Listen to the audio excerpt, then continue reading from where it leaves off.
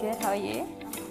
I'm wearing a pink suit because I am doing a fireside chat and a panel event with Wells Fargo for South Asian History Month. The research tells you that Asian women particularly don't go up in the ranks because the lack of cultural awareness internally in corporates, because they are battling their cultural views and values, especially from a place of respect and elderly family members looking down at them with what the corporate wants, because a lot of events are after hours and around drinking and around staying late and kind of doing things that aren't really, in a lot of cultural senses, aren't really maybe deemed appropriate or acceptable. You're in spaces where no one looks and feels like you are uncomfortable networking and connecting, and because you don't have the wider circle. So you can't solve everything at once, but you can pick one and you can do that well, and you can build your confidence there and go somewhere else and keep doing it. And so I am who I am today because I genuinely imitate qualities of great people that I meet, and I'm like, I don't necessarily have a role model, but I have loads of people that are like, you are a great communicator, how do I become better?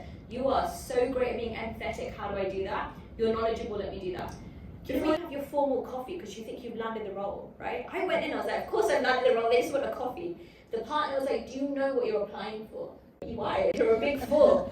And he was like, I'm not going to give you the role because you're going to get bored and you're going to leave us.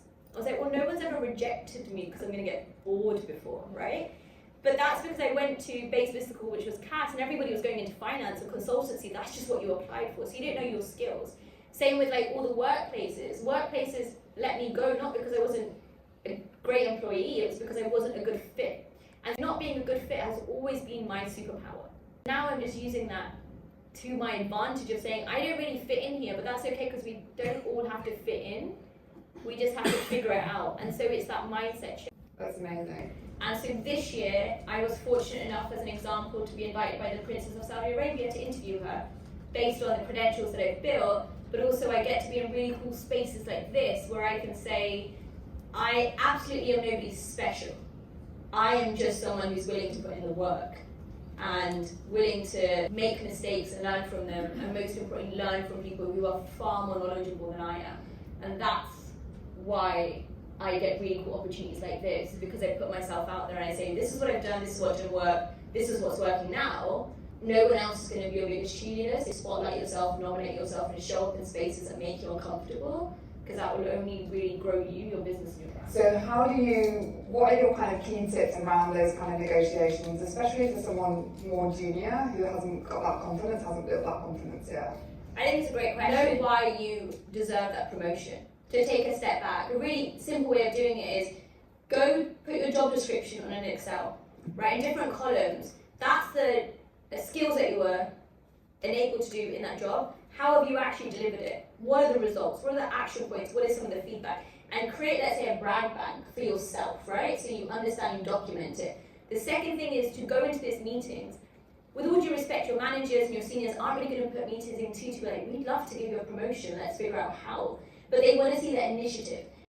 Every 3 months, go and put that one-to-one in to be like, hey, here's what I've done, here's what I've been asked to do, here's how I think I can grow, this is what that next phase looks like, here's how I'm working towards it. Let's build a plan together to see how we can go and put ourselves up for the next 6 months, 12 months, 18 months. And then follow that up in an email. Then from an ethnicity perspective, I come from a South Asian household. We talk a lot, but we really don't talk about finances. And so for me, a big part of that was shifting that taboo and maybe having those conversations at home, inviting my family into what my salary was.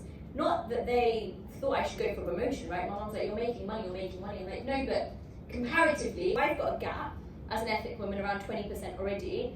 I need to go and make up that gap. The only way I'm going to make that up is to prove to my current or my next employer that I am adding value. We have to put ourselves in space that make ourselves feel uncomfortable and build up those skills, because not only have we done our job, we're asking for our future worth. But I think you need to also find mentorship, because as the eldest daughter in a Pakistani family, I was the first to go to university and first to be in the corporate space. Tiny things that are really important, like your communication style and how you come across. No one really teaches you that, right? I have ADHD, I'm loud, I'm vibrant, I tend to interrupt. Those are not things I'm proud of, those are just things that I am. But I needed someone as a guide or a mentor to take me to the side and be like, hey, you're doing it again, and here's an example.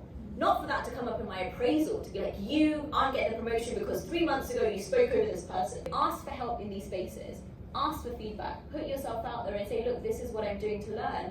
And if you can't find someone who looks or feels like you, that's why I went back to skills and stories. Try and find someone whose skills you can imitate, or whose story might be relevant, or who has a very similar path in something that you'd want to do. Shadow them, ask them for the experience, get them involved and learn from them.